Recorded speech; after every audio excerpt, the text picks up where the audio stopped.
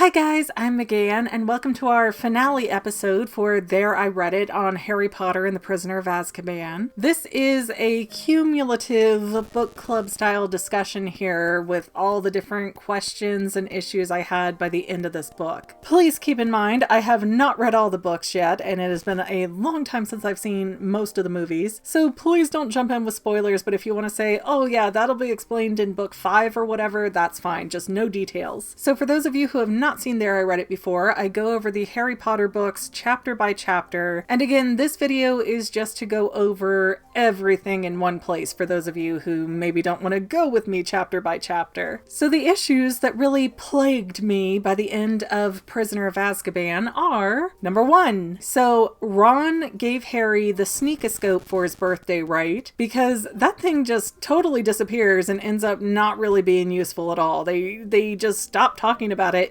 halfway through the book. So because the sneakoscope gets cut out and it doesn't really tie back into the story, I assume that it was freaking out because Scabbers was not who he said he was. And if that's the case, then why wasn't the sneakoscope going off the entire time when Ron bought it and sent it? Because Ron bought the thing in Egypt, and we know that Scabbers was there with him because Scabbers being in the family picture that then made it onto the front of the Daily Prophet is how Sirius Black ended up knowing that Peter Pettigrew was still alive. So what's the deal with the sneakoscope? Where did it go? Why was it going off? And if it was going off because of Scabbers, then it should have been going off a lot longer. Number 2. Then, if the big black dog stalking Harry throughout the movie wasn't the Grim, but was Sirius Black the whole time, then why didn't he ever say anything? Granted, Sirius Black was a wanted felon, and he didn't know what Harry knew about the situation, so maybe he just wanted to keep his distance? But animal transformations weren't really abnormal to Harry because of Professor McGonagall, so if someone would have transformed in front of Harry and said,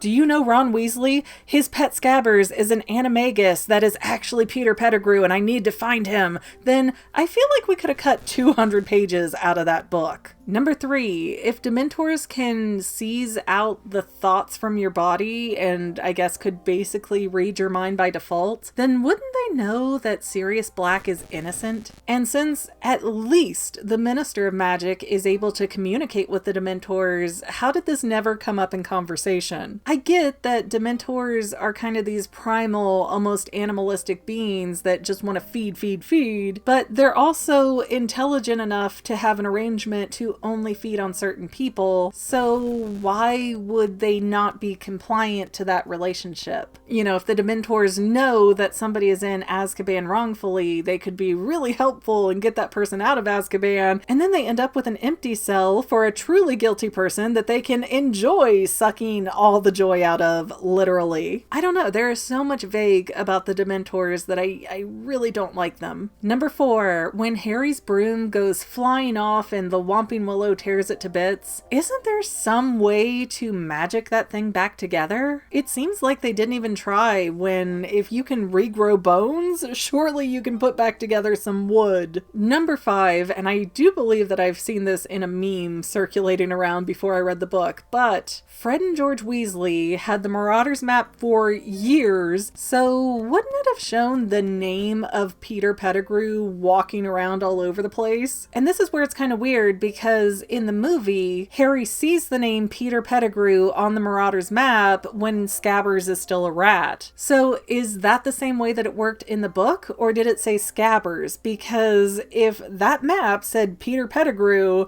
and Fred and George are looking at their brother Ron in bed with Peter Pettigrew every night, how did they not have questions? Even if they thought that Ron were actually gay and just not out of the closet or something, you think that they would ask him follow-up questions or tease him or something about it. But no, instead, Fred and George see Peter Pettigrew in bed with Ron every night and say literally nothing. I mean, when Ron finds out the truth, even he's like, I let you sleep in bed with me, and he's disgusted by it. So obviously Scabbers was always in bed with Ron. So here's Ron, here's Scabbers, the map is showing them on top of each other. Let's never mention it.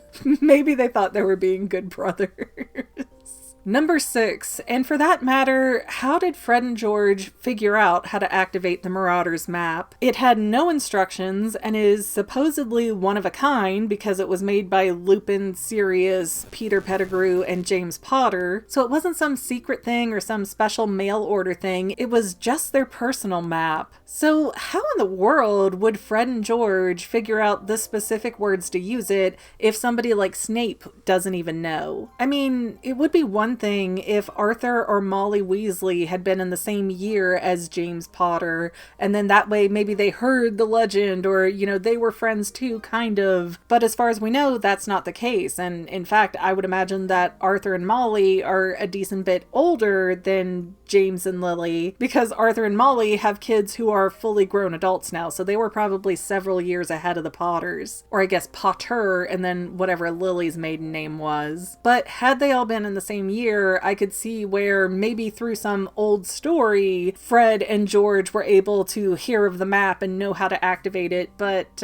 without that, I have no idea how they could have put that together. And the phrasing, I solemnly swear that I am up to no good, it's not like it's a natural phrase that you would normally say. So I have no clue here. Number 7, when Sirius Black is in the woods and the Dementors are closing in on him, why does he turn back into a man? He already explained that Dementors can't really see him as a dog because dogs have less complicated emotions than people, and they really seem to imply in the book that it takes a lot of special effort to shapeshift. It's not like, oh, I got sick and so I popped into a human again. Otherwise, Peter Pettigrew would have turned back into a human while in Ron's pocket at some point, because he was very sickly and losing hair throughout this book. So it's not like if you get too weak, you default back to a human either. It's weird. And I just do not understand why Black would choose to turn into a human right in front of all of those Dementors. Number 8.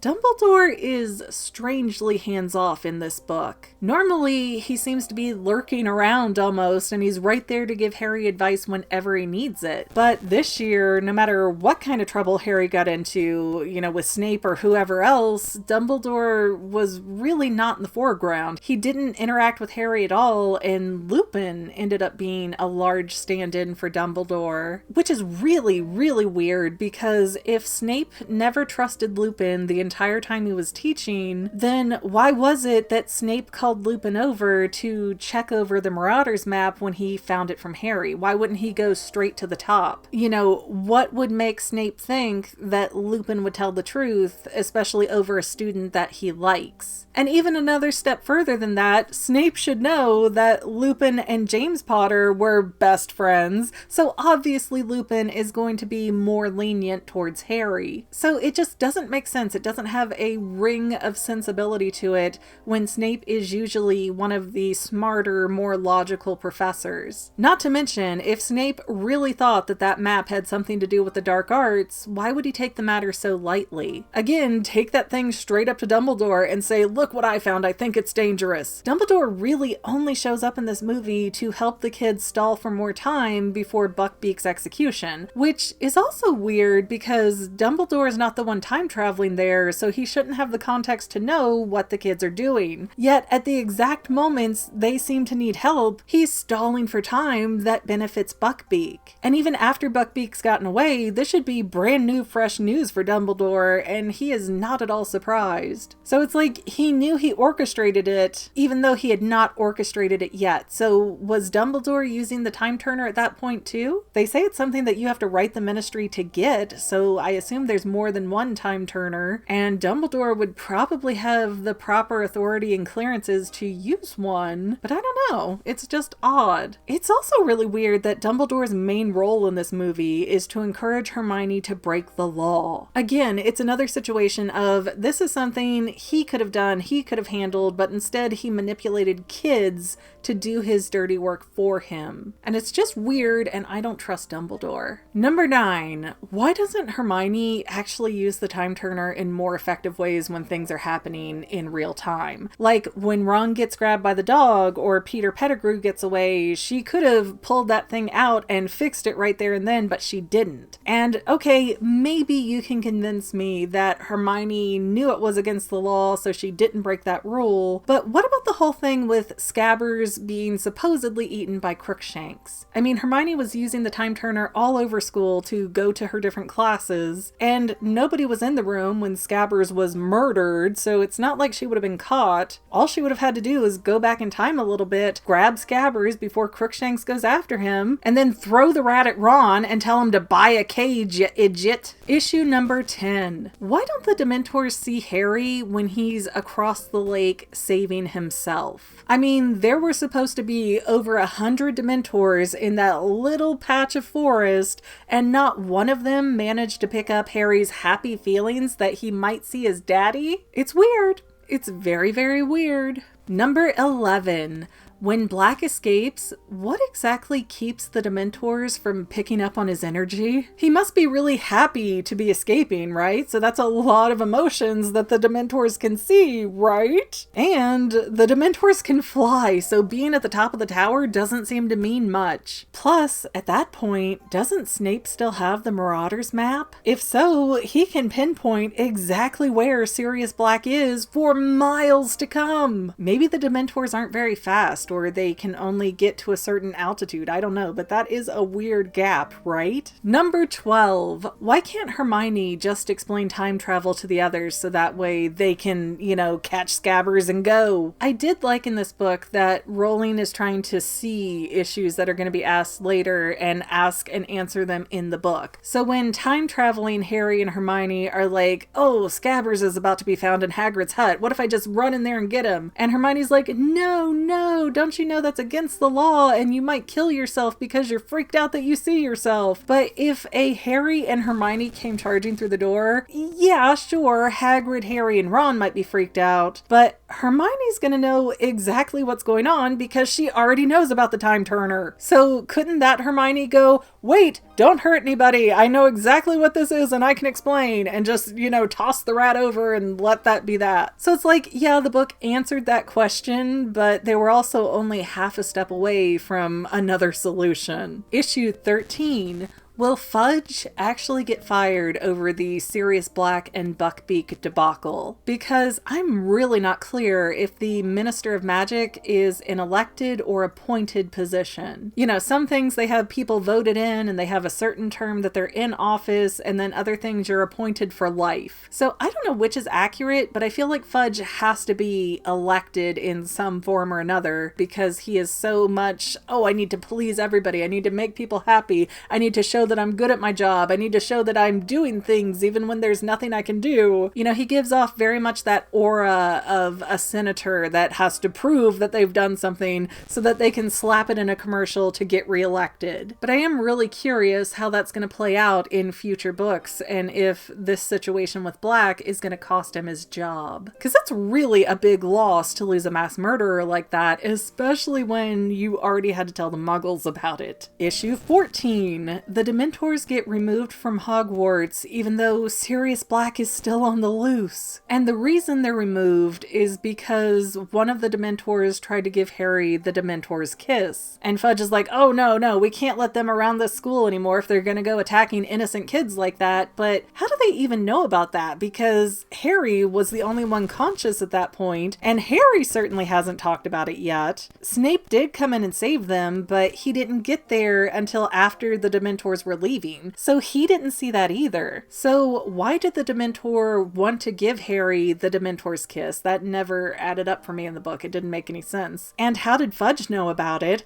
And who is supposed to be protecting Hogwarts from Sirius Black now? I know we know that Black is not a threat, but nobody else knows that except for Dumbledore. Again, really weird. Issue 15. Trelawney's rigid prediction where she was like, his servant will get to him by midnight. It was left really vague and they didn't unravel it very far. So did Peter Pettigrew get to Lord Voldemort that night? And if he was able to do that by midnight, that means that Lord Voldemort had to have been in the Forbidden Forest. And that contradicts what Dumbledore said in book 2, where he said Voldemort was in like Brazil or something. Final issue, kind of a fun issue, issue 16. So at the end of the book, a little tiny owl comes up at the train with a letter from Sirius, and he basically says, oh yeah, this owl, give it to Ron because it's my fault he doesn't have a rat anymore. So Ron gets this cute little baby owl that doesn't seem to be great at delivering letters, but he's enthusiastic, so that's half the battle. But what is Ron gonna say to his parents? The Weasley family in general is pretty poor, so they know Ron didn't save up the money to buy an owl, and they're gonna be furious if they think that Harry bought it for him. So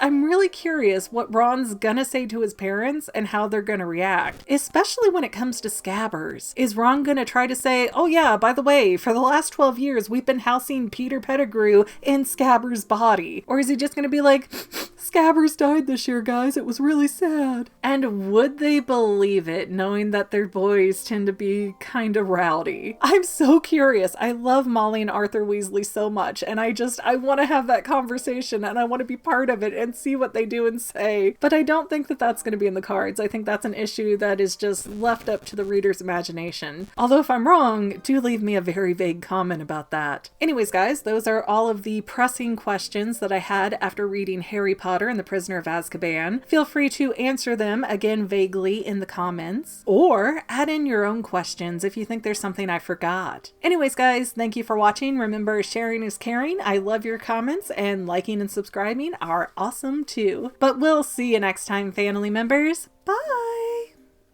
Well, family members, we're almost done, but I want to invite you to hang out with me in some other places. I'm on Twitter and Instagram as my own personal self, and I have a Facebook page too, but I mostly just post photos over there. And sometimes people say, hey McGann, I want to mail you something. How do I do that? Easy. Just click the About tab on my channel page, and my most current P.O. Box info will be right there. I also run another channel, The Family. It's really a hodgepodge channel where we might post anything. Oh yeah, and I also sell shirts and stickers and stuff with the Family and the Fangirl logos. If that is your cup of tea, I have a link in every description of every video. Finally, if you want to help out the Fangirl channel and make sure I'm putting out video essays for years to come, the best way you can help is by subscribing and watching more of my videos, whether they're new, old, whatever. Maybe even share one or two on social media, help spread the word. People who watch to the end of videos like you helps to tell the site, hey, this is a good video, we should recommend it to other people. So if you made it this far, leave me a comment of something like, hey, I made it to the end. Love ya. See you next time, family members. Bye.